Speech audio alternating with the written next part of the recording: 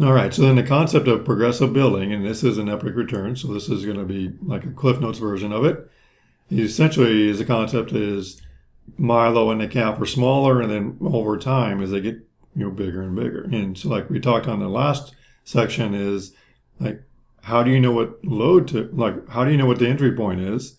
How do you know they've adapted, and how do you know how to load that? So that's looking at internal and external load, like we talked. Are they more swollen?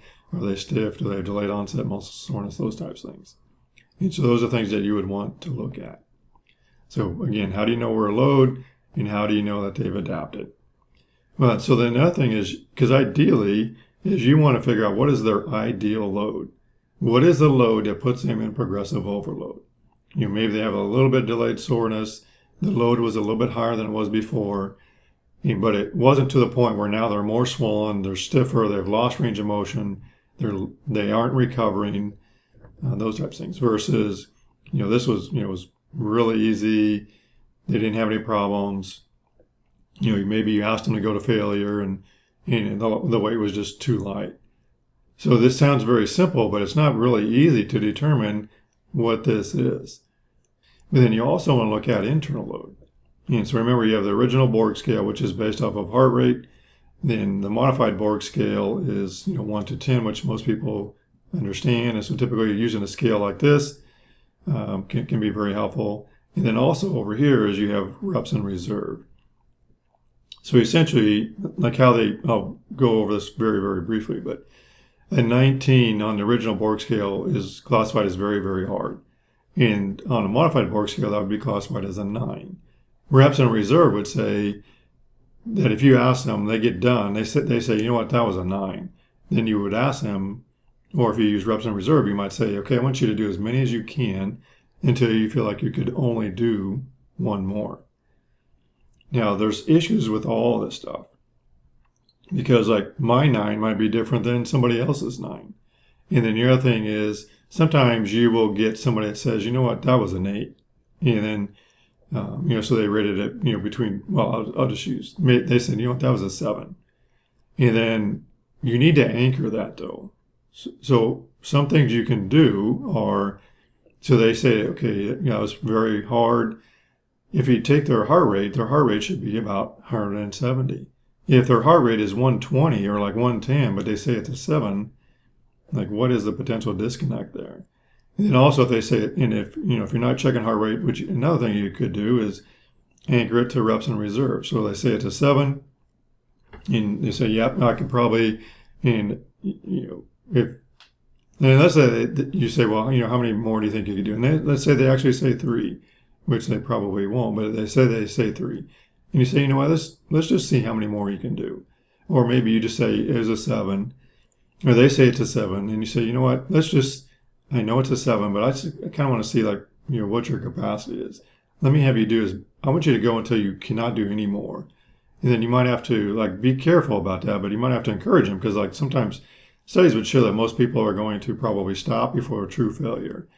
So you have them go, and let's say they do 6 more reps, which would actually be a 4, if you compare it to.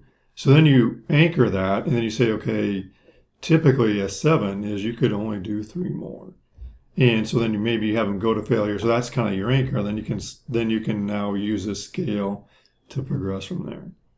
The other thing that you want to consider is the combination of using visual analog scale, so pain, along with RPE. And that combination should equal about 10. And then this comes really from tendinopathy literature where, kind of like the stoplight is you do not want to get, so these are visual analog scale scores or numbers. And there's issues with this too, but essentially saying if they rate their pain from a 6 to a 10 with an activities, that's excessive. Versus 0 to 3 is typically safe, and then 4 to 5 in some cases may be acceptable. Now you have to consider though that this was all written for tendinopathy literature, which is you want to do a lot of heavy slow resistance with that and or some eccentrics, which give you a lot of delayed onset soreness.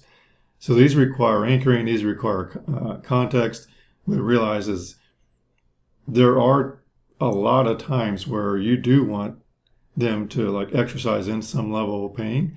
But it also depends on if they're really, really irritable and you exercise in pain at a 2 and that sets them back for 2 hours, like you don't do that with a highly irritable person. You probably go more to isometrics and doing them without pain and try to see if their isometrics modulate their pain. And the final, or one other thing to consider is, like if we're using RPE, is it's very individualized. And it's very individualized on a Monday versus a Thursday. So let's say you have somebody on Monday and they do, maybe it's even you do 200-pound bench press and you want to feel like a 6. But then now you do it on a Thursday and you have a big, let's say, biomechanics quiz tomorrow on Friday, and like maybe your scores aren't great and like you don't really understand the concept, so like you're kind of like stressed out. So now you try to go to relieve some stress, you try to do 200-pound bench press and it feels like really, really hard.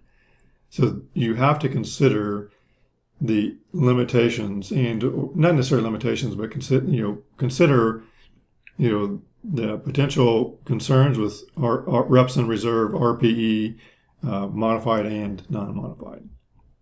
And also consider is the rate limiting factors, concerning the ideal load is not only internal and external load, but like internal load is going to be affected by coping strategies, pain self-efficacy, grit, resilience, social determinants. Allostatic load is like, what is the overall load on that person? What is, their stress, their ability to the ability to independently be self-efficacious for their pain, how resilient are they?